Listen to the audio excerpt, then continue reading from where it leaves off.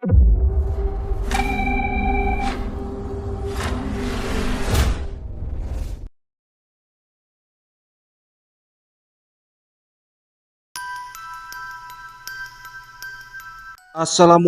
warahmatullahi wabarakatuh. Salam sehat dan sejahtera selalu.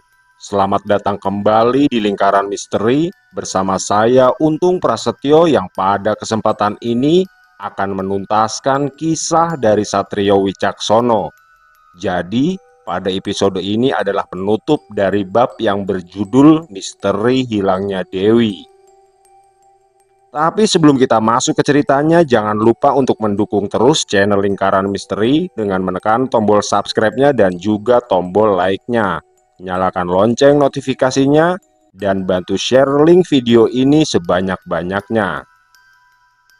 Oke, tanpa berlama-lama lagi, mari kita simak ceritanya.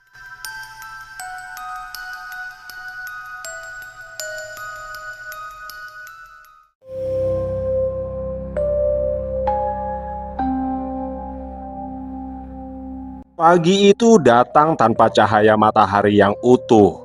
Mendung menggantung rendah di atas perumahan tua di bilangan Jakarta Selatan. Awan kelabu yang bergerak lambat, seolah ragu apakah akan menurunkan hujan atau hanya mengawasi dari kejauhan. Udara terasa lembab, menyisakan dingin tipis yang merayap di kulit sejak subuh. Di dalam rumah Romi, suasana justru bertolak belakang. Dapur kecil di sudut rumah tua itu dipenuhi aroma kopi yang baru saja diseduh. Uapnya mengepul pelan, bercampur dengan bau kayu tua dan tembok lembab yang sudah bertahun-tahun menyerap usia. Satrio duduk di kursi kayu panjang, punggungnya sedikit bersandar sementara Romi berada di seberangnya menuang kopi kedua cangkir yang warnanya sudah pudar. Percakapan di antara mereka mengalir hangat tanpa ketegangan berlebih, seperti dua orang yang telah lama saling mengenal dan memahami jeda di antara kata-kata. Sesekali Romi tersenyum kecil, sementara Satrio menanggapi dengan anggukan pelan sambil sesekali melirik keluar jendela yang kacanya buram oleh embun pagi. Dari balik kaca itu halaman depan rumah tampak sepi. Pohon mangga tua berdiri diam, daunnya basah oleh sisa embun malam. Jalanan perumahan masih lengang, hanya suara burung dan desau angin yang sesekali terdengar. Keheningan pagi itu akhirnya pecah oleh suara mesin motor yang mendekat, lalu berhenti tepat di depan pagar rumah. Satrio langsung mengangkat kepala. Ada perubahan halus di raut wajahnya, bukan terkejut melainkan kesadaran yang datang tepat waktu. Seolah dia memang sudah menunggu suara itu sejak pagi. Beberapa detik kemudian, suara langkah kaki terdengar di atas paving yang masih lembab oleh embun. Satrio bangkit dari duduknya dan melangkah menuju pintu depan, seakan sudah tahu siapa yang datang. Saat pintu itu dibuka, seorang lelaki muda berdiri di balik pagar dengan jaket yang sedikit basah oleh udara pagi. Nafasnya masih tertahan karena sisa perjalanan. Pandangan mereka bertemu sejenak, dan tanpa ragu Satrio mengangguk pelan sambil tersenyum. Isyarat sederhana namun penuh makna. Bastian pun melangkah masuk setelah pintu pagar dibuka. Kehadirannya diterima tanpa pertanyaan, seolah dia memang telah menjadi bagian dari jalan yang sedang ditempuh Satrio sejak awal.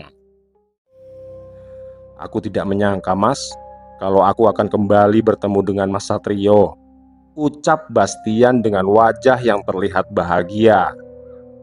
"Aku juga, Bas. Terima kasih karena sudah mau datang ke sini," balas Satrio sambil tersenyum dan mengajak Bastian masuk ke dalam rumah. Di ruang tamu, Romi bangkit dari duduknya. Wajahnya sempat menyiratkan rasa ingin tahu, lalu berubah ramah ketika Satrio memperkenalkan tamu yang dibawanya itu. Bastian menunduk sopan, sementara Romi membalasnya dengan anggukan hangat, seolah pertemuan itu sudah lama ditunggu. Mereka pun duduk melingkar, percakapan mengalir pelan diawali dengan hal-hal ringan, lalu masuk pada cerita yang lebih dalam. Satrio mulai menjelaskan apa yang dialaminya sejak perpisahan mereka. tentang alam yang tidak berjalan seiring waktu, tentang laras, dan tentang perjalanan yang memaksanya berpindah antara batas nyata dan gaib. Romi menyimak dengan seksama sambil sesekali mengernyitkan dahi, namun tidak memotong pembicaraan. Bastian kemudian ikut berbagi kisahnya tentang kebingungan setelah peristiwa itu, tentang rasa bersalah karena tidak mampu berbuat banyak, dan tentang bagaimana hidupnya sempat terasa berjalan pincang setelah keluar dari pengalaman yang tidak bisa dia jelaskan pada siapapun. Kalimat-kalimatnya terdengar jujur, tanpa dilebih-lebihkan, tapi cukup untuk membuat suasana ruangan menghangat oleh rasa saling memahami. Di tengah perbincangan itu tidak ada keterkejutan dan tidak ada pula keraguan. Yang ada hanyalah kesadaran bersama bahwa apa yang mereka alami bukan sekedar kejadian aneh, melainkan bagian dari jalan yang masih berlanjut. Pagi mendung di rumah Romi menjadi saksi awal berkumpulnya kembali mereka yang pernah terseret ke sisi dunia lain, dan kini duduk bersama, bersiap menghadapi langkah berikutnya, apapun bentuknya nanti. Jadi begini, Bas, aku memintamu datang ke sini karena aku butuh bantuanmu, ujar Satrio menjelaskan. Iya, Mas. Sebisa mungkin pasti saya akan membantu, balas Bastian sambil menganggukkan kepalanya. Tapi sebelumnya, apakah batang kayu yang waktu itu aku bawakan sudah kau tancapkan di tempat kau keluar dari alam gaib itu, Bas?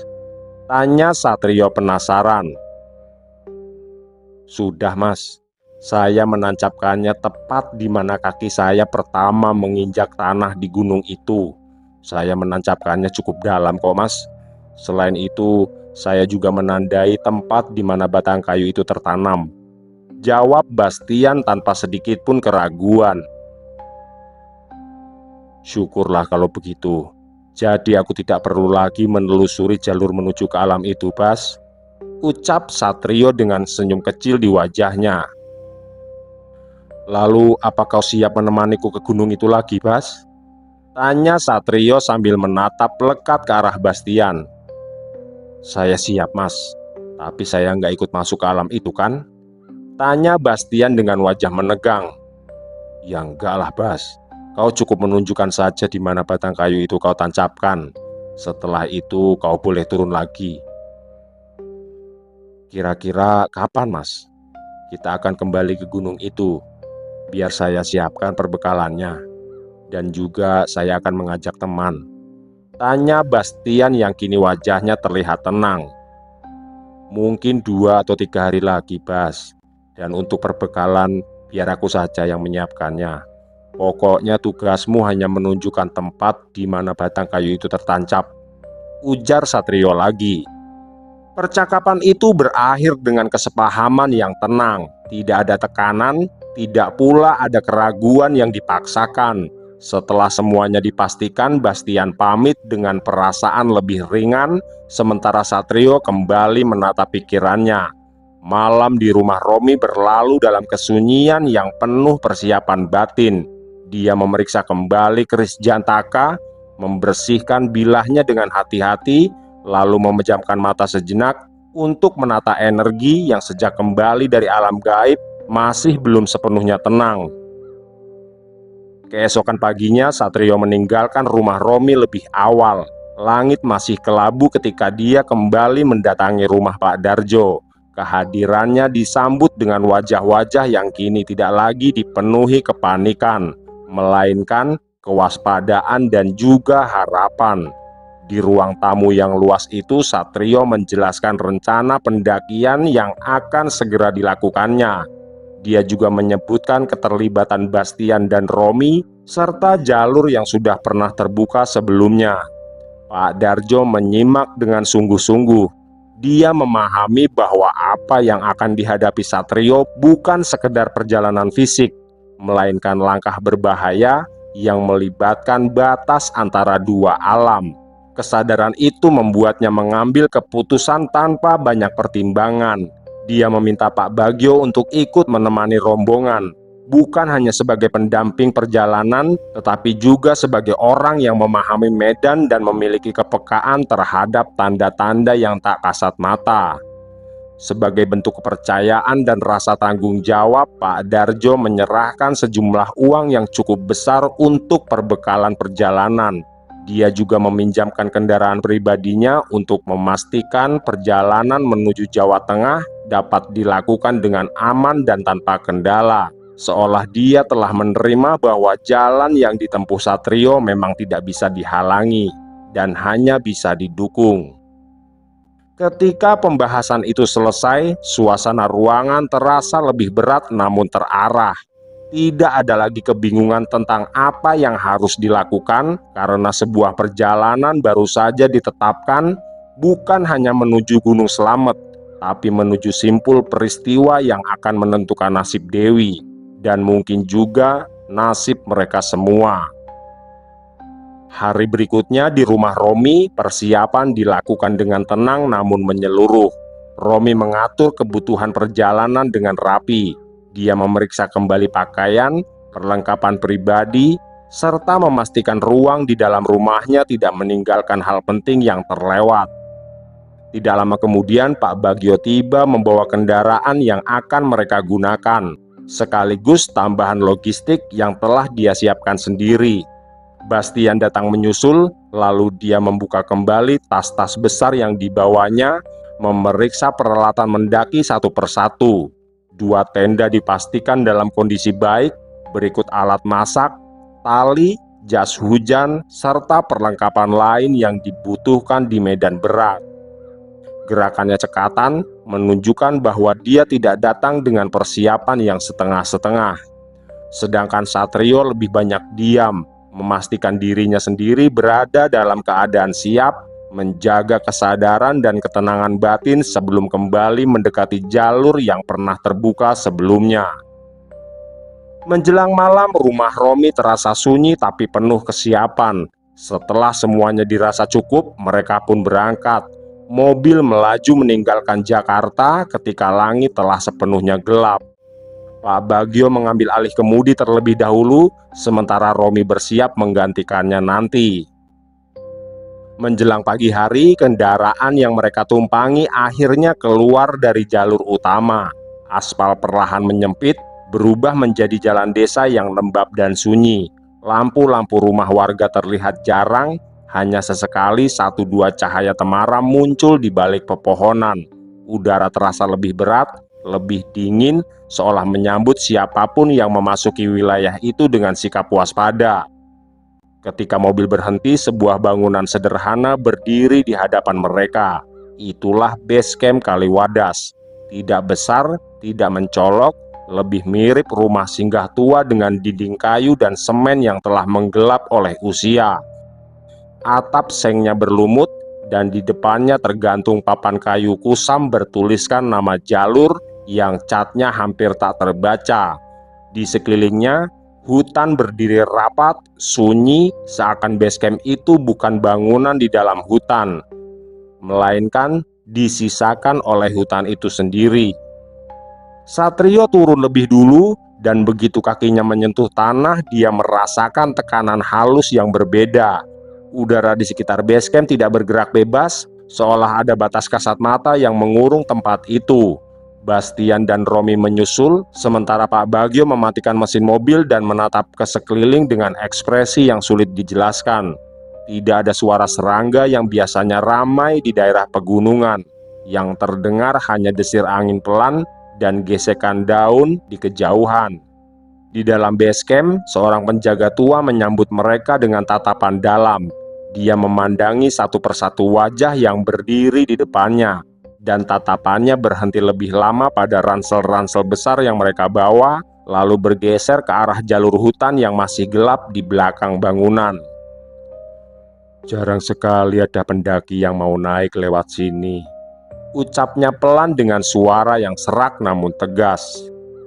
"Kebanyakan pendaki memilih jalur Bambangan. Jalurnya jelas dan posnya ramai. Tapi kenapa kalian malah memilih lewat Kaliwadas?" tanyanya penasaran. "Kami memang sengaja mau lewat sini kok, Pak.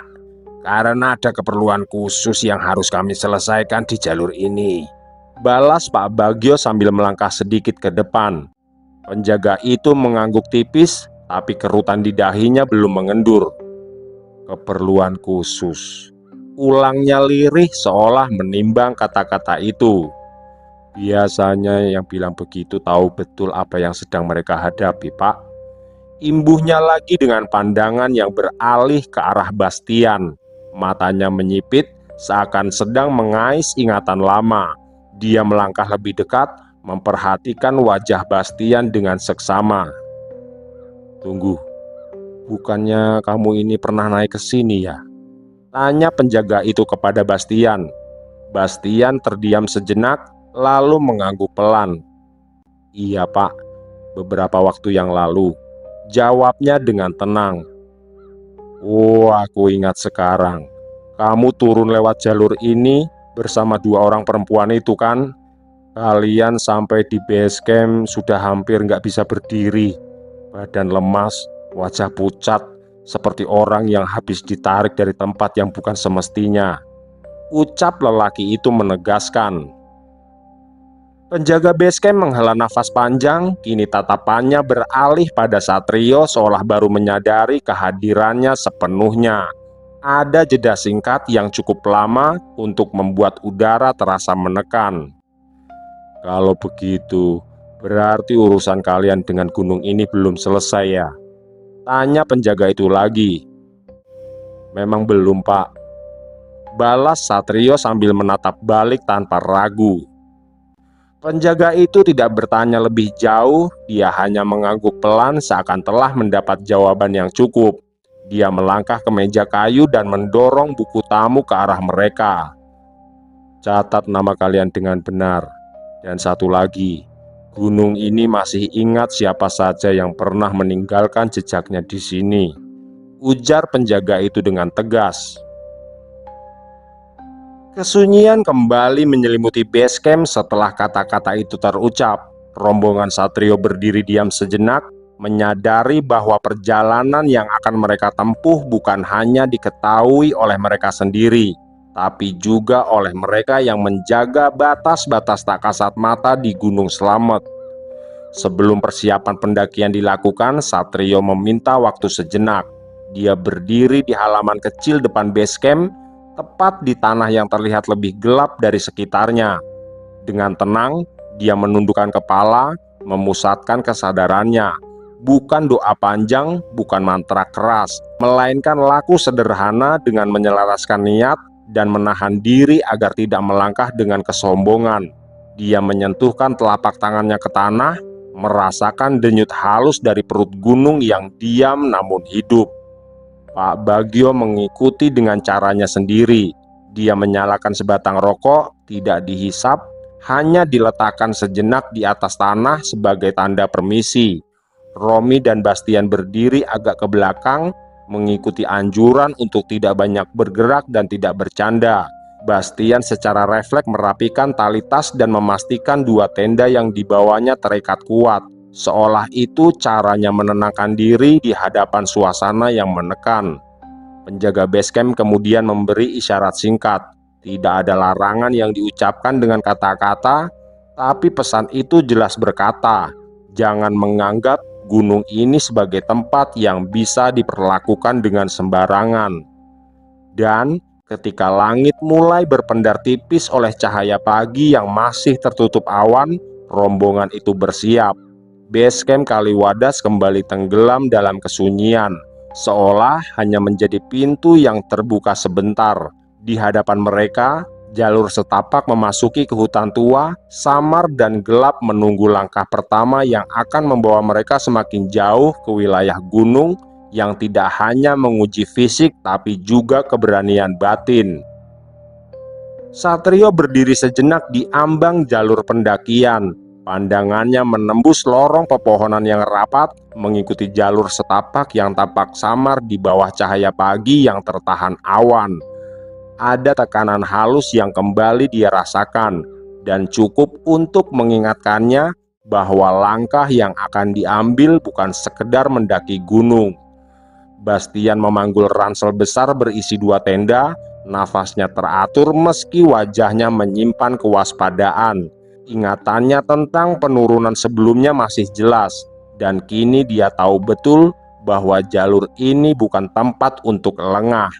Romi menyusul di belakangnya, memastikan jarak tetap terjaga, sementara Pak Bagio menutup barisan dengan langkah mantap. Sesekali menoleh ke belakang, seolah memastikan base camp itu benar-benar mereka tinggalkan. Ketika langkah pertama menembus batas pepohonan, suara dari sekitar perlahan berubah. Bau tanah basah semakin kuat, dedaunan tinggi menutup langit, dan cahaya pagi memudar menjadi hijau gelap yang lembab. Base camp Kaliwadas tertinggal di belakang perlahan menghilang dari pandangan, seakan menyatu kembali dengan hutan yang mengurungnya. Jalur setapak membawa rombongan itu menurun tipis sebelum kembali menanjak, hingga suara air terdengar samar di balik rimbunnya pepohonan. Di sanalah Tok Suci berada, sebuah mata air kecil yang mengalir tenang dari sela bebatuan tua. Bening dan dingin, seolah tak pernah tersentuh oleh waktu. Tanah di sekitarnya lebih gelap dan lembab, ditumbuhi lumut tebal, membuat langkah harus lebih berhati-hati. Begitu mendekat, udara terasa berubah, tidak lebih dingin, tapi lebih berat.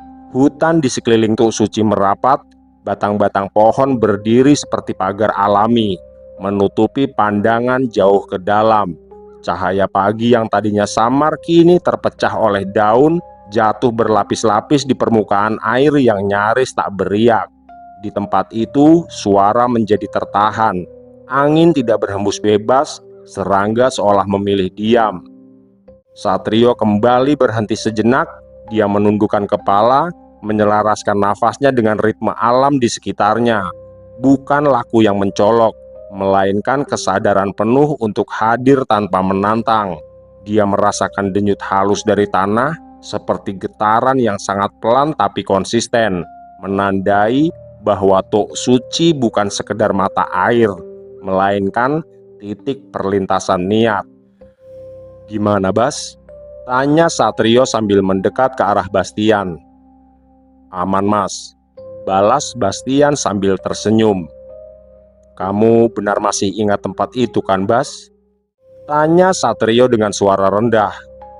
"Aman, Mas, aku masih ingat kok," jawab Bastian dengan mantap.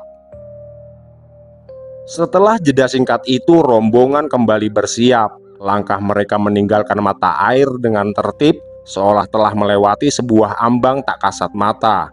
Ketika Tok Suci menghilang di balik pepohonan, hutan kembali bernapas perlahan.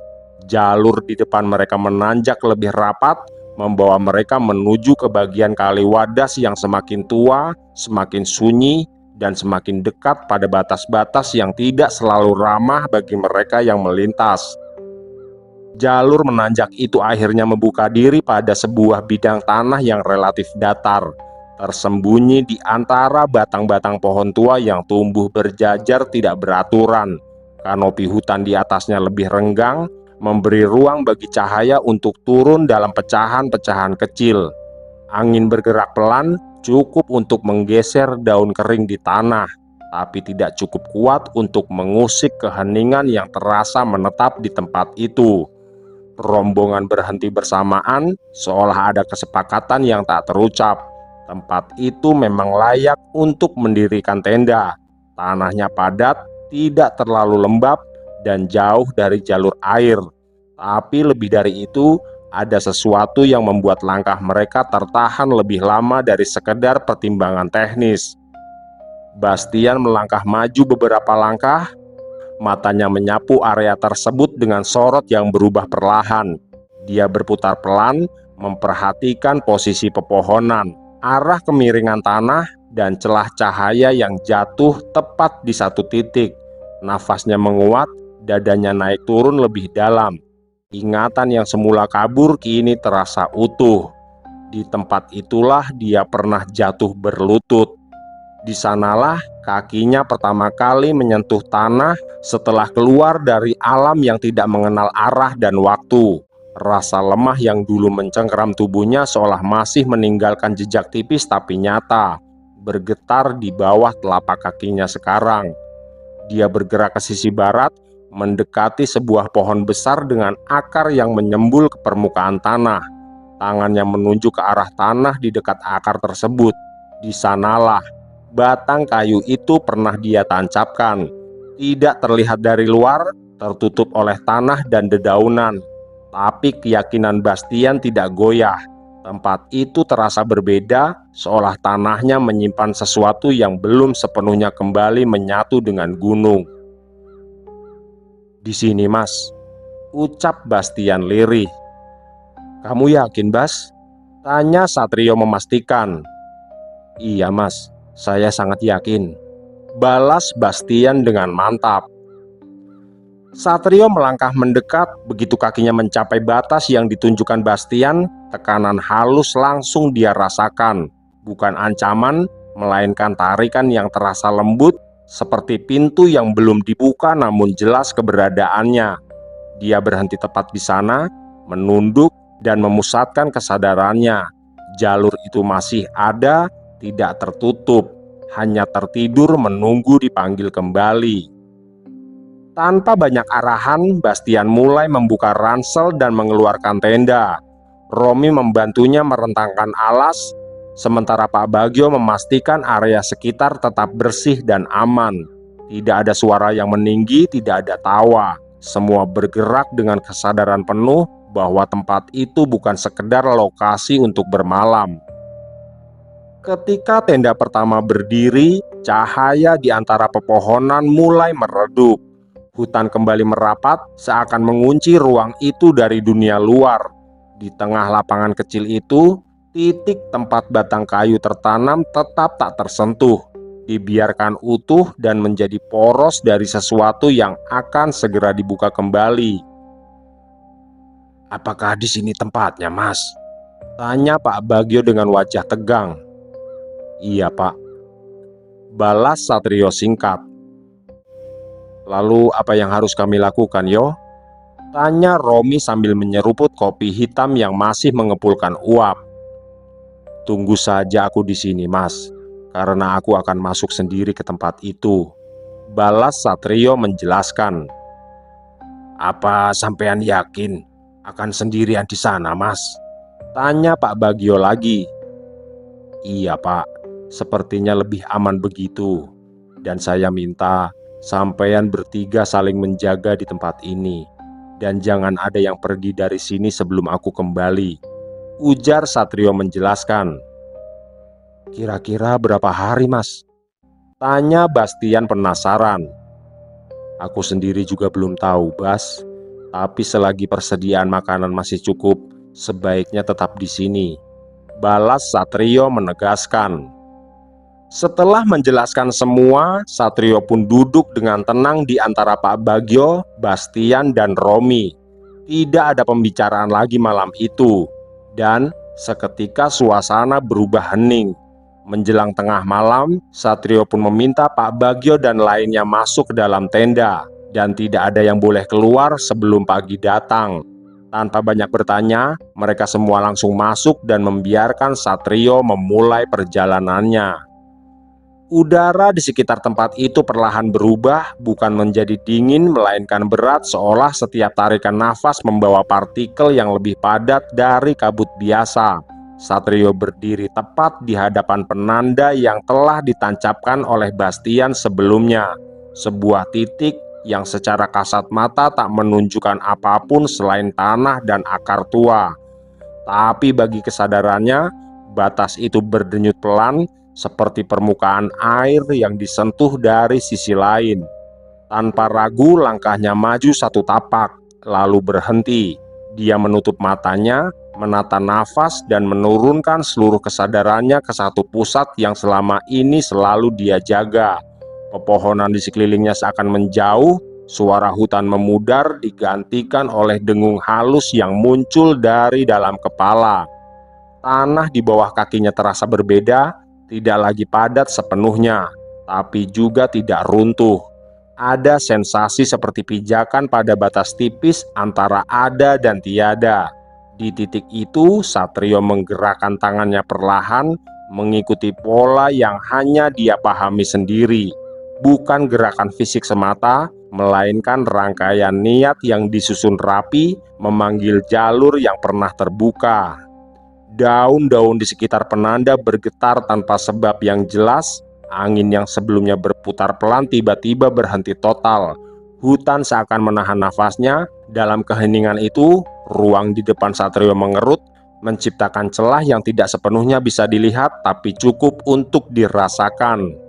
Langkah pertama diambil dengan mantap, dan begitu kakinya melewati batas penanda, tubuhnya terasa lebih ringan, seolah gravitasi tidak lagi bekerja dengan cara yang sama. Warna-warna di sekitarnya memudar, hijau dedaunan berubah menjadi kelabu berlapis bayangan, lalu perlahan menghilang. Suara terakhir dari dunia nyata lenyap seperti gema yang ditelan ruang kosong. Satrio tidak menoleh ke arah belakang, karena dia tahu menoleh berarti ragu, dan ragu akan mengunci jalur itu selamanya. Dengan langkah yang semakin pasti, dia menyusuri lorong yang tidak berbentuk, mengikuti tarikan yang mengarah ke satu tujuan. Di belakangnya, celah itu menutup perlahan, meninggalkan tanah hutan yang kembali tampak biasa seolah tak pernah terjadi apa-apa. Begitu pijakan terakhirnya menetap di alam itu, Satrio menghentikan langkah. Dia menegakkan tubuh, membiarkan kesadarannya menyatu penuh dengan ruang yang kini mengelilinginya. Tanpa suara, tanpa gerak yang mencolok, dia mulai memanggil daya yang tersimpan dalam surjan saktinya. Panggilan itu tidak melesat keluar, melainkan berputar ke dalam, menghimpun lapisan demi lapisan kekuatan yang selama ini tersembunyi di balik raga kasarnya. Udara di sekelilingnya bergetar halus, serat kain yang melekat di tubuh Satrio berdenyut seirama dengan nafasnya, lalu perlahan berubah. Warna dan teksturnya bergeser, membentuk surjan yang tampak hidup, seolah dijahit dari cahaya dan bayangan sekaligus. Energi yang memancar dari tubuh Satrio meluas, tidak meledak tapi padat dan mantap, seperti gunung yang berdiri tanpa perlu menunjukkan amarahnya. Tekanan dari alam gaib yang semula terasa menekan kini melemah, tertahan oleh lapisan perlindungan yang menyelimuti tubuhnya dengan sempurna. Setiap denyut kekuatan dari luar seakan terpental sebelum sempat menyentuh kulitnya. Satrio merasakan keseimbangan yang utuh antara raga, sukma, dan kehendak. Di tengah kesunyian yang berlapis, dia mengulurkan tangannya. Dari kehampaan di hadapannya, bilah keris Jantaka menyambut panggilan itu. Dia hadir tanpa suara dan tanpa kilatan berlebihan, tapi keberadaannya langsung mengubah suasana. Saat bilah itu berada dalam genggaman Satrio, aliran energi yang lebih tua dan lebih dalam menyatu dengan nadinya, menguatkan tekad yang telah dia susun sejak awal perjalanan itu. Satrio menurunkan ujung kerisnya ke tanah, bukan sebagai ancaman, melainkan sebagai penegasan niat. Dalam batinnya, dia membulatkan tujuan dengan jernih dan tanpa keraguan. Dia tidak sekedar hendak menelusuri alam ini, melainkan menuju satu titik tertentu, tempat di mana jejak Nyai Gandari masih tertinggal, dan di mana Dewi kini berada di bawah pengaruhnya. Ruang di hadapannya kembali bereaksi, jalur yang sebelumnya samar mulai menampakkan arah, bukan sebagai jalan yang terlihat, melainkan sebagai tarikan yang terasa jelas. Dengan surjan sakti yang telah aktif dan Jantaka yang setia dalam genggamannya, Satrio melangkah maju, memasuki lapisan yang lebih dalam dari alam gaib itu, menuju tempat yang menjadi tujuan utamanya sejak awal. Sesampainya Satrio di tempat yang sebelumnya telah dia tandai dengan energi dari bilah keris Jantaka, dia dikejutkan dengan sosok yang tidak lagi asing baginya. Sosok itu seperti telah menunggu kedatangan Satrio, bukan untuk kembali bertarung, tapi untuk menyibak tabir di balik sosok yang akan dihadapinya nanti. Akhirnya kau benar-benar datang kembali ke tempat ini, Le, ujar sosok lelaki tua itu. Iya, Mbah, balas Satrio singkat sambil terus melangkah ke arah sosok tersebut. Niatmu memang benar-benar tulus, Le. Aku kagum padamu. Kemurnian yang tidak dimiliki oleh sembarang makhluk, ucap sosok lelaki tua itu lagi sambil tersenyum. Maafkan aku, Mbah, karena aku langsung menuju ke tempat ini tanpa meminta izin kepada sampean dulu, balas Satrio menjelaskan. Tidak apa, Le. Bukankah aku pernah mengatakan jika kau bisa datang kapan saja, dan aku juga telah mengakuimu, ucap sosok itu lagi. Dan kau jangan salah sangka, Le. Aku menunggumu di sini bukan untuk menghalangi langkahmu, tapi aku ingin membantumu. Imbuhnya lagi yang sontak membuat Satrio terkejut. Terima kasih, Mbah, dan maafkan aku jika aku merepotkan sampean, balas Satrio sambil menganggukkan kepala sebagai tanda hormat. Sosok lelaki tua itu kemudian bergerak perlahan, bukan dengan langkah kaki, melainkan seperti menyatu dengan ruang di sekitarnya. Di sekeliling mereka, alam gaib merespon kehadirannya. Kabut yang semula tipis mulai menebal, lalu berputar membentuk gambaran-gambaran samar, seakan tempat itu sendiri ikut menyiapkan kisah yang tersembunyi. Melalui getaran halus yang merambat langsung ke batin Satrio, lelaki tua itu mulai memperlihatkan hakikat dari Nyai Gandari. Dia bukan sekedar makhluk halus penguasa satu wilayah, melainkan entitas lama yang lahir dari ikatan antara sumpah manusia dan kehendak alam. Dahulu, Nyai Gandari adalah bagian dari manusia yang hidup di lereng gunung itu. Seorang perempuan yang memiliki laku batin tinggi, tapi terjerat janji yang tak pernah selesai. Ketika raganya musnah, jiwanya tidak sepenuhnya kembali ke asalnya, melainkan tertambat pada tempat-tempat sunyi yang menyimpan jejak pengorbanan dan penyesalan. Nyai Gandari tumbuh menjadi penguasa jalur-jalur peralihan, penjaga tak kasat mata dari batas antara dunia manusia dan alam gaib. Dia tidak mengambil sembarang jiwa karena dia hanya tertarik pada mereka yang memiliki getaran tertentu. Jiwa yang bersih, kuat, tapi sedang berada di titik rapuh. Dan itu ada pada Dewi. Tanpa menyadarinya, Dewi memenuhi semua syarat itu. Lelaki tua itu kemudian memperlihatkan bagaimana awal mula perhatian Nyai Gandari tertuju pada Dewi. Saat pendakian di Gunung Slamet, Dewi sempat melintas di wilayah yang berada dalam jangkauan kesadaran Nyai Gandari. Pada saat itu, Nyai Gandari hanya mengamati.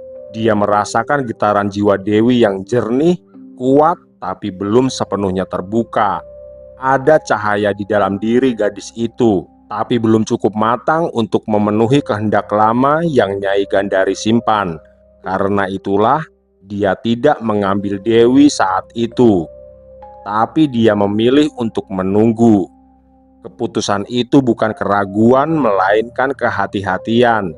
Nyai Gandari memahami bahwa mengambil seseorang yang belum siap hanya akan menghasilkan kegagalan seperti yang sudah-sudah. Maka Dewi dibiarkan turun gunung, kembali pada kehidupannya sebagai manusia biasa tanpa menyadari bahwa sejak saat itu namanya telah terpatri dalam ingatan makhluk tua penjaga batas tersebut. Setelah Dewi kembali ke rumahnya, getaran dalam dirinya justru berubah. Pengalaman di gunung, ketakutan yang tertinggal, dan rasa rindu yang tidak bisa dia jelaskan, serta ketenangan aneh yang menyelimuti batinnya perlahan membentuk keselarasan yang dicari oleh Nyai Gandari. Pada titik itulah Nyai Gandari bergerak, bukan melalui jalur tanah atau jejak tempat, melainkan melalui ikatan batin. Rumah Pak Darjo hanyalah tempat Dewi berdiam, bukan pintu, bukan pula jalur, dan bukan pemicu. Yang dipanggil adalah Dewi, bukan ruang yang dia tempati. Nyai Gandari masuk bukan sebagai perusak melainkan sebagai pemanggil. Dia menyentuh Dewi melalui lapisan kesadaran terdalam, membimbingnya ke dalam keadaan antara terjaga dan terlelap. Tanpa paksaan, tanpa rasa sakit, tubuh Dewi ditarik perlahan, meninggalkan alam nyata tanpa rasa sakit. Proses itu terjadi begitu halus, sehingga tak satupun penjaga gaib yang pernah dipasang manusia mampu merasakannya. Kemudian, Dewi dibawa ke ruang peralihan, sebuah wilayah yang tidak sepenuhnya menjadi penjara, tapi juga bukan tempat perlindungan. Di sanalah Nyai Gandari menempatkannya, bukan untuk disakiti, melainkan untuk disatukan dengan kehendak lama yang belum pernah menemukan wadah yang sesuai. Dewi dianggap sebagai manusia yang mampu menyempurnakan sesuatu yang terputus dalam diri Nyai Gandari, bukan karena kekuatannya, melainkan karena kemurnian dan keteguhan batinnya. Lelaki tua itu juga memperlihatkan bahwa sejak saat itu, Nyai Gandari juga mulai mengamati Satrio. Setiap langkah Satrio yang menembus batas, setiap pilihan yang dia ambil tanpa pamrih, memperkuat keyakinan Nyai Gandari bahwa cepat atau lambat, lelaki itu akan datang. Kehadiran Satrio di kamar Dewi bukanlah kebetulan semata, melainkan awal dari pertemuan dua kehendak. Kehendak manusia yang ingin menyelamatkan, dan kehendak makhluk gaib yang ingin disempurnakan. Dan ketika seluruh gambaran itu memudar, alam kembali sunyi. Satrio berdiri dengan pemahaman yang kini jauh lebih dalam. Dewi bukan sekedar berada di tempat yang jauh, melainkan telah menjadi bagian dari kisah lama yang menuntut penyelesaian. Dan langkah Satrio ke depan bukan hanya perjalanan untuk menjemput seseorang yang hilang, tapi perjalanan untuk menghadapi kehendak makhluk gaib yang telah lama menunggu manusia yang tepat. Lelaki tua itu menatap Satrio lama, menimbang sesuatu yang tak terlihat. Kabut tipis bergerak perlahan di sekitar mereka, tapi ruang di antara keduanya terasa padat oleh kesadaran yang saling berhadapan. "Sekarang kau sudah tahu, Le," ucap lelaki itu perlahan. "apa yang akan kau lakukan setelah ini?" Tanyanya dengan wajah yang terlihat tegas. Satrio menghela nafas pendek, lalu menegakkan tubuhnya dengan tatapan yang tidak goyah. "Aku akan menjemput Dewi, Mbah. Apapun yang harus aku hadapi nanti," jawab Satrio dengan tegas. "Banyak yang datang dengan niat yang sama, Le, tapi tidak sedikit yang berani. Bahkan mereka tidak lebih kuat darimu, dan tidak satupun kembali dengan apa yang mereka cari," ujar lelaki itu menjelaskan. "Aku tidak datang untuk menang, Mbah, tapi aku datang untuk mengembalikan," balas Satrio dengan tenang. "Baiklah, kalau begitu dengarkan aku baik-baik, Le. Jalan menuju Nyai Gandari tidak bisa ditembus dengan kekuatan penuh. Kau harus masuk sebagai tamu, bukan sebagai penantang. Surjan saktimu akan melindungimu, tapi jangan biarkan dia mendahului niatmu," ucap lelaki tua itu menjelaskan. "Dan nanti setelah kau kembali, aku akan menutup jalur gaib ini agar Nyai Gandari tidak dapat memasuki wilayah kekuasaanku dan tidak mengejarmu lagi," imbuhnya sambil menganggukkan kepala. "Baik, Mbah. Terima kasih atas bantuan sampean," balas Satrio sambil tersenyum. Kabut di sekitar mereka mulai bergerak, membuka jalur samar di hadapan Satrio. Tanpa menoleh lagi, Satrio melangkah maju, membawa tekad yang kini tidak lagi buta, melainkan sadar sepenuhnya akan harga yang mungkin harus dia bayar. Setelah menembus kabut yang bergerak pelan dan menyesuaikan langkah dengan irama wilayah, Satrio mulai keluar dari jalur sempit yang dipenuhi akar dan pepohonan tinggi. Setiap langkahnya diatur oleh kesadaran penuh agar energi surjan sakti tetap tenang dan tidak mendahului niatnya. Ruang di sekitarnya terasa menipis, Seakan jarak dan waktu hanya tersisa sebagai sensasi samar. Akhirnya, jalur tanah itu berakhir di sebuah dataran luas yang dikelilingi tebing-tebing rendah yang mengunci area itu dengan kesunyian yang mencekat. Di tengah dataran, berdiri bangunan tua berbentuk pendopo besar, beratapkan susunan kayu hitam yang saling mengunci tanpa paku. Pilar-pilar kokoh tertancap langsung ke tanah, dan setiap permukaannya dihiasi ukiran simbol-simbol gaib yang berdenyut pelan seirama dengan denyut wilayah itu sendiri. Satrio berhenti beberapa langkah dari pendopo, membiarkan pandangannya menyapu seluruh dataran. Pilar-pilar kayu hitam itu tampak hidup, seakan bernafas seirama dengan energi yang mengalir di tanah dan udara di sekitarnya. Setiap detik di sana terasa panjang, seakan waktu di wilayah itu berjalan sendiri.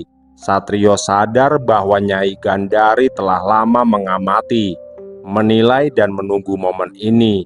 Dan kini dia berada di ambang pertemuan yang akan menentukan apakah jalannya untuk menjemput Dewi akan terbuka atau dia harus menghadapi ujian lain yang jauh lebih dari sekedar fisik. Satrio melangkah melewati batas pendopo tanpa ada penanda yang jelas. Tidak ada ambang, tidak ada tirai.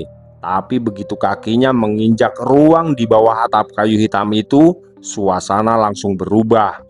Udara terasa lebih padat, bukan menekan, melainkan memusat. Seolah setiap denyut kehidupan di dataran luas itu kini mengalir dan berhenti di titik ini. Di tengah pendopo, ruang tampak kosong. Tidak ada singgasana, tidak ada perabot, hanya lantai kayu gelap yang berkilau redup, memantulkan bayangan pilar-pilar tinggi di sekelilingnya. Namun Satrio tahu jika dia tidak sendirian. Kehadiran itu begitu jelas, bukan sebagai wujud, melainkan sebagai kesadaran yang mengisi ruang dari segala arah. Perlahan, bayangan di salah satu sisi pendopo menebal. Dari sana sosok Nyai Gandari mulai muncul. Wujudnya tidak sepenuhnya padat, tidak juga samar, tapi tampak seperti seorang perempuan berusia tua, mengenakan busana gelap yang menjuntai hingga menyentuh lantai. Rambutnya panjang terurai, seakan menyatu dengan bayangan di sekelilingnya. Wajahnya tenang, nyaris lembut, dengan sorot mata yang memandang ke arah Satrio dengan tajam. "Angin apa yang membawamu sampai ke sini, Cah Bagus?" Ujar sosok perempuan tua itu yang tidak lain adalah Nyai Gandari. "Maafkan aku atas kelancanganku ini, Nyi. Tapi aku datang untuk membawa pulang seorang gadis yang telah lama kau bawa ke alam ini," balas Satrio dengan tegas. "Apa aku tidak salah dengar, anak muda?" ucap Nyai Gandari dengan wajah yang terlihat murka. "Tidak, Nyi, kau sama sekali tidak salah mendengarnya. Kedatanganku ke tempat ini untuk membawa pulang gadis bernama Dewi yang kau ambil secara paksa di rumahnya," balas Satrio dengan sikap tenang. "Kau bukan hanya lancang, anak muda, tapi kau sengaja mencari mati ke tempat ini," ucap Nyai Gandari sambil mengangkat tangannya dan menghentakkan energi gelap yang berbentuk gumpalan kabut hitam. Hentakan energi gelap itu meledak keluar dari telapak tangan Nyai Gandari, menggulung udara di dalam pendopo menjadi pusaran kabut hitam yang bergerak liar. Lantai kayu bergetar keras, simbol-simbol gaib pada pilar berpendar lebih cepat seolah merespon benturan kekuatan yang tiba-tiba meledak tanpa peringatan. Kabut itu melesat ke arah Satrio, membawa tekanan dingin yang menggerogoti kesadaran. Satrio segera menguatkan pijakannya, surjan sakti di tubuhnya bergetar hebat, membentuk lapisan perlindungan yang rapat. Kabut hitam itu menghantamnya tapi terpecah seperti ombak yang menabrak karang. Energi gelap tersebut menyebar ke sekeliling, namun gagal menembus pertahanan yang kini menyelimuti raga dan sukma Satrio secara utuh. Tanpa menunggu celah, Satrio mengayunkan bilah keris Jantaka. Tebasan itu tidak menyasar tubuh, melainkan ruang. Cahaya lembayung meledak dari ujung bilah, membelah kabut dan memaksa energi gelap itu terurai. Pendopo berguncang, pilar-pilar kayu hitam bergetar, ukiran-ukiran gaibnya menyala terang, lalu meredup kembali, menjaga bangunan itu agar tidak runtuh. Setelah melakukan serangan, tiba-tiba Nyai Gandari pun mulai bergerak. Tubuhnya melayang rendah di atas lantai, meninggalkan jejak bayangan yang berlapis-lapis. Dari setiap gerakannya, energi gelap kembali terkumpul, membentuk serangan-serangan beruntun yang menghujani Satrio dari berbagai arah. Setiap gumpalan membawa tekanan batin yang berusaha menembus pertahanan serta memancing keraguan dan ketakutan yang tersembunyi.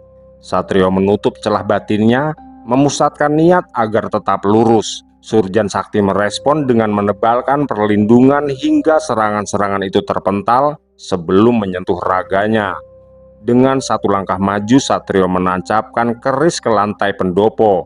Gelombang energi menjalar dari titik itu, membentuk lingkaran cahaya yang menahan gerak Nyai Gandari sejenak. Tapi penahan itu tidak berlangsung lama. Nyai Gandari menghentakkan kekuatannya, mematahkan lingkaran cahaya dengan tekanan kekuatan yang jauh lebih tua dan lebih pekat. Benturan itu menciptakan ledakan energi yang membuat ruang di dalam pendopo berguncang hebat. Bayangan dan cahaya saling bertabrakan, menciptakan kilatan-kilatan yang menyayat pandangan.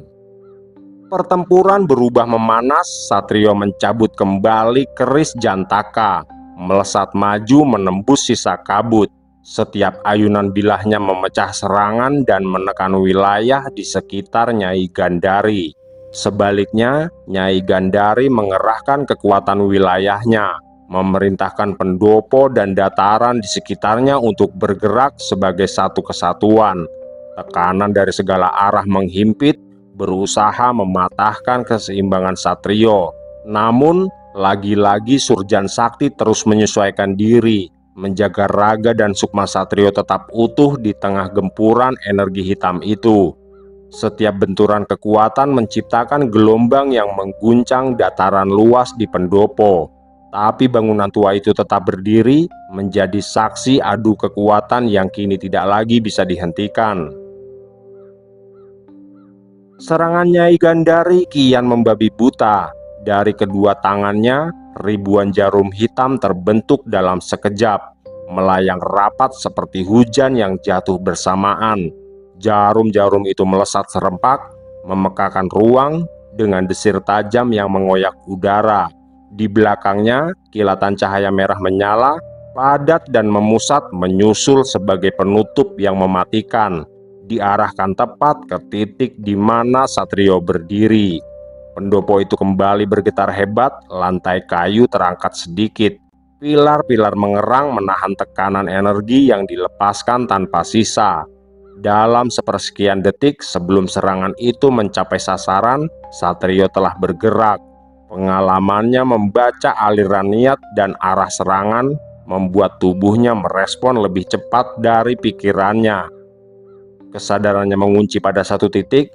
Mantra ajian Sirepawening terucap dalam batin, tidak dilantangkan dan tidak dipaksakan. Energi dari Surjan Sakti segera menyatu dengan rapalan mantra ajian itu, mengalir tipis namun sempurna, menyelimuti raga dan sukma Satrio dalam lapisan yang melampaui sekedar perlindungan.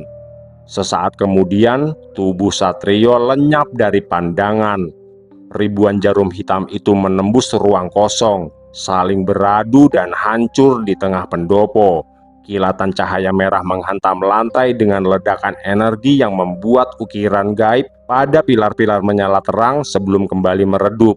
Tidak ada darah, tidak ada tubuh yang terpental.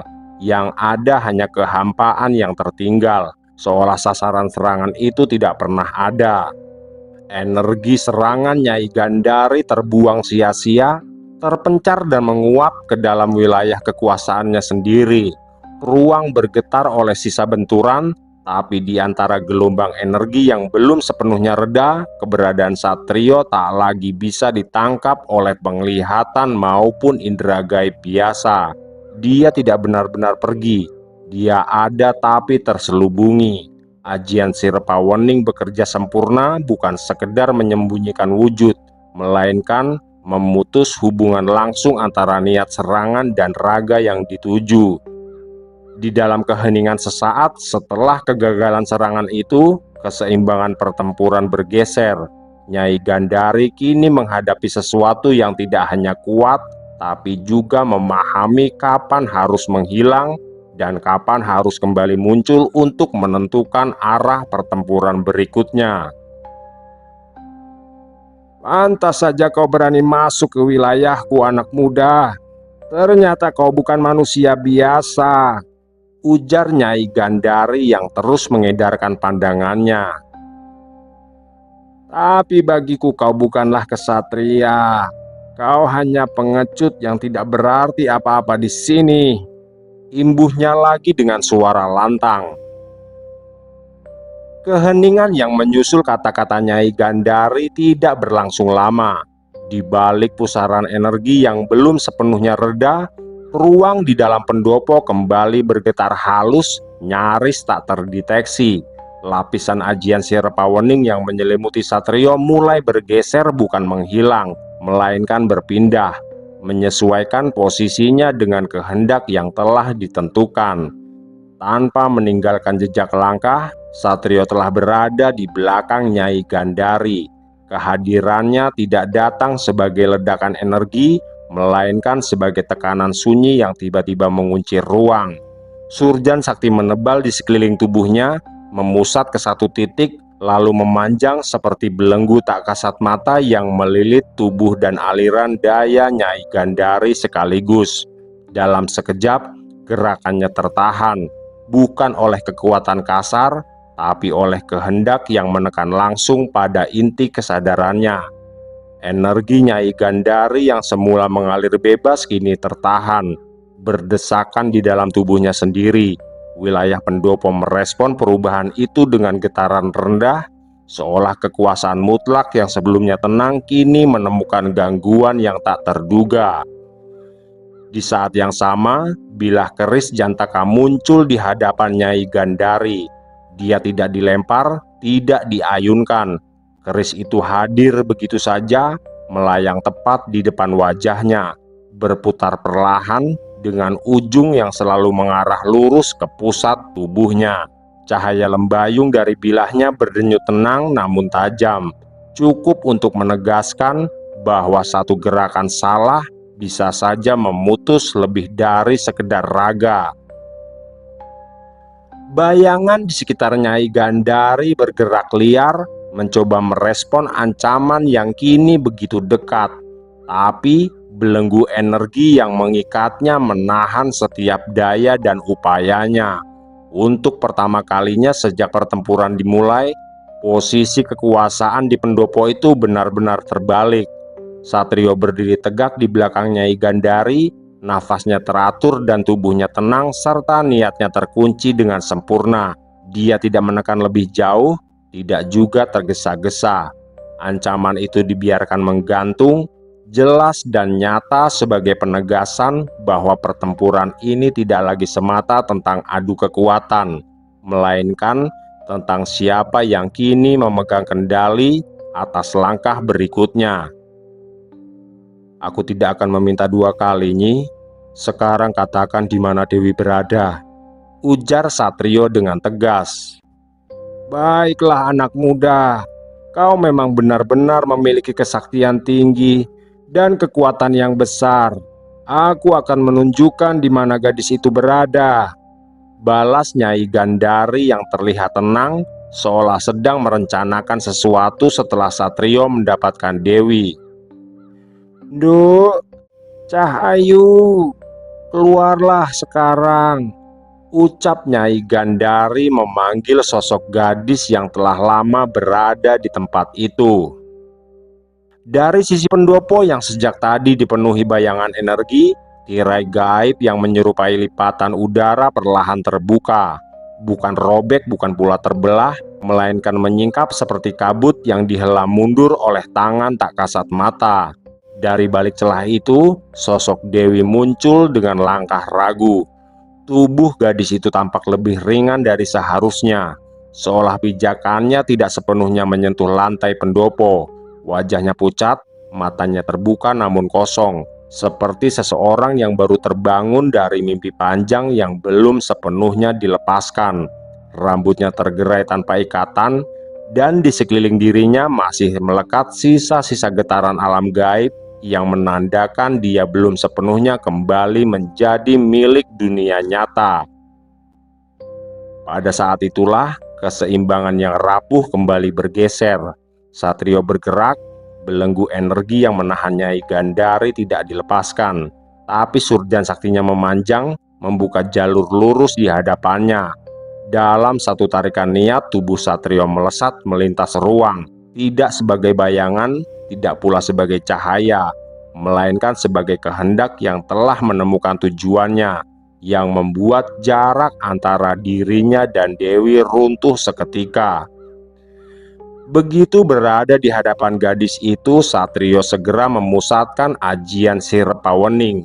Energi itu mengalir lembut namun menyeluruh, membungkus tubuh Dewi seperti selimut kesadaran yang hangat.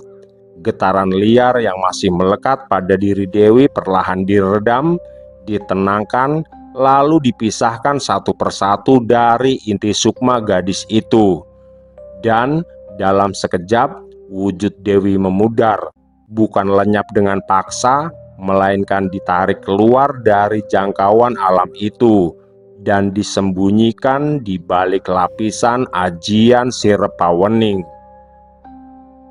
Mengetahui jika sesuatu yang sangat berharga baginya kini telah hilang bersama Satrio, amarah Nyai Gandari pun membuncah. Dengan satu gerakan kuat, dia melepas belenggu gaib yang membuat tubuhnya terkunci. Setelah itu, dia menyerang ke segala arah dengan membabi buta, berharap serangan-serangan itu dapat melukai Satrio. Tapi apa yang dilakukan sosok makhluk gaib itu adalah sebuah kesia-siaan, karena pada saat yang sama Satrio telah membawa Dewi pergi dari tempat itu tanpa disadari oleh Nyai Gandari. Bersama Dewi yang masih terbungkus ajian Sir Pawening, Satrio menembus jalur yang telah dia tandai sebelumnya. Jalur itu terbuka bukan sebagai lorong kasar, melainkan sebagai lipatan alam yang mengenali niat pulang. Tubuh Dewi masih terlelap dalam kesadaran yang ditenangkan, sementara Satrio menjaga ritme langkahnya agar tidak meninggalkan jejak yang bisa diikuti.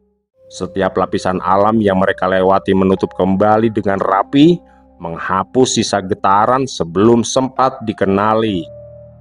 Dan ketika mereka akhirnya keluar dari jalur tersebut, ruang terasa jauh lebih tenang. Di sanalah sosok lelaki tua itu menunggu, berdiri tegak di pusat penanda gaib yang sejak awal menjadi titik tumpu perjalanan Satrio. Tatapannya tenang, dengan kesadaran yang telah menyebar ke seluruh penjuru wilayah. Begitu Satrio dan Dewi tiba, lelaki tua itu segera bergerak. Tangannya terangkat perlahan lalu diturunkan dengan arah yang pasti. Jalur gaib di sekitar mereka langsung bergetar, menyempit, dan kemudian tertutup rapat.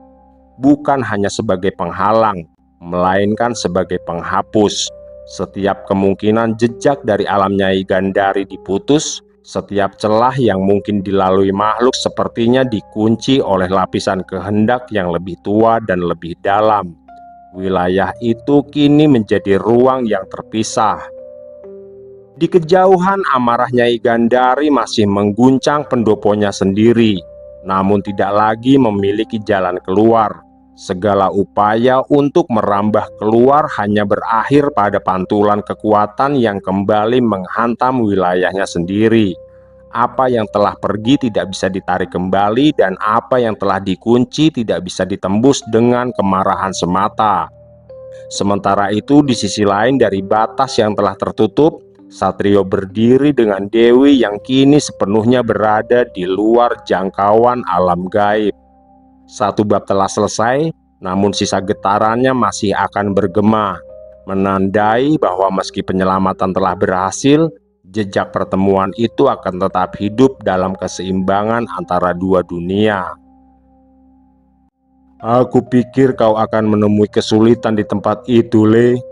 Ucap sosok lelaki tua itu sambil tersenyum. Berkat apa yang sampean katakan tadi, aku dapat membawa gadis ini dengan selamat, Mbah. Balas Satrio sambil menganggukkan kepalanya. Sekali lagi aku ucapkan terima kasih atas apa yang telah sampean lakukan ini, Mbah. Imbuh Satrio sambil menganggukkan kepalanya. Tidak mengapa, Le.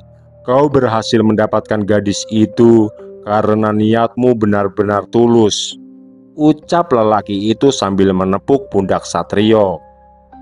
Terima kasih, Mbah. Sekali lagi aku ucapkan terima kasih. Dan sekarang aku harus pamit dulu, balas Satrio yang langsung disambut anggukan kepala dari sosok lelaki tua itu. Satrio tidak menoleh lagi ketika melangkah meninggalkan sosok lelaki tua itu. Jalur yang terbentang di hadapannya mulai menipis, cahaya di sekelilingnya meredup, lalu berubah menjadi denyut samar yang terasa akrab. Tubuh Dewi masih berada dalam pelukan energinya, ringan namun rapuh, seolah baru saja dilepaskan dari mimpi panjang yang melelahkan. Lapisan demi lapisan gaib mereka lewati, setiap batas terasa menekan, seolah alam gaib tidak ingin melepas apa yang sempat disentuhnya. Tapi niat Satrio tetap utuh, surjan saktinya meredam gesekan, dan ajian Sirepawening menjaga kesadaran Dewi agar tidak tercerai oleh sisa getaran alam lain. Hingga akhirnya satu hentakan halus terasa di dada, tanda bahwa pijakan mereka telah kembali menyentuh dunia manusia. Udara gunung yang dingin menyergap, bau tanah basah, daun pinus, dan asap kayu bakar langsung menyatu di indera penciuman. Kabut tipis menggantung rendah, dan di sela-selanya tampak tenda-tenda yang berdiri tak jauh dari penanda kayu yang dulu ditancapkan Bastian. Pak Bagio duduk bersila di dekat api unggun yang nyaris padam. Wajahnya cekung karena kurang tidur. Sementara itu Romi mondar-mandir dengan langkah gelisah, dan Bastian berdiri mematung di dekat penanda seolah menolak pergi dari titik itu meski harapan kian menipis. Persediaan makanan menurun, tenaga terkuras, dan kecemasan telah berubah menjadi doa yang diulang tanpa suara. Akan tetapi, di balik semua kegelisahan itu sesuatu tiba-tiba terjadi. Tempat di mana penanda itu berada bergetar perlahan. Bastian adalah yang pertama menyadarinya.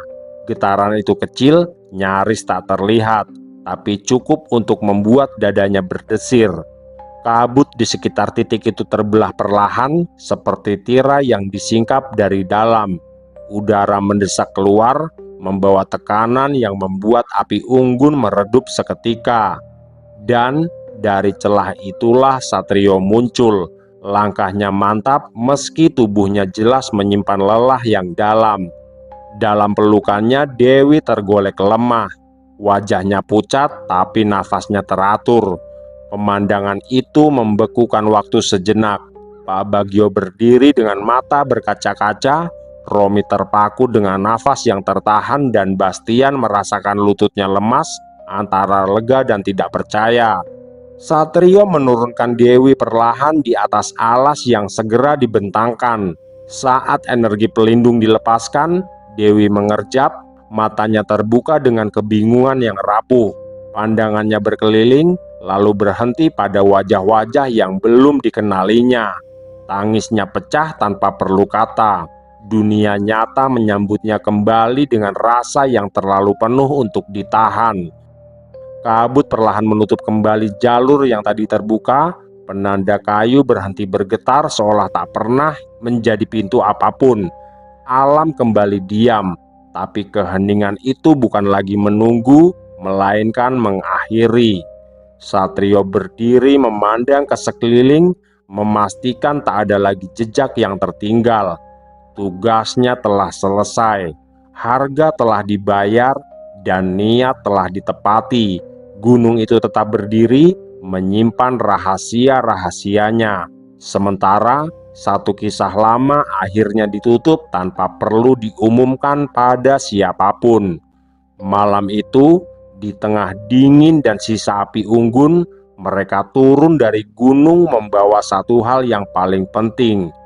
Dan ketika langkah-langkah itu menjauh, keseimbangan dua dunia kembali menemukan garisnya. Tenang, tapi tak akan pernah benar-benar lupa.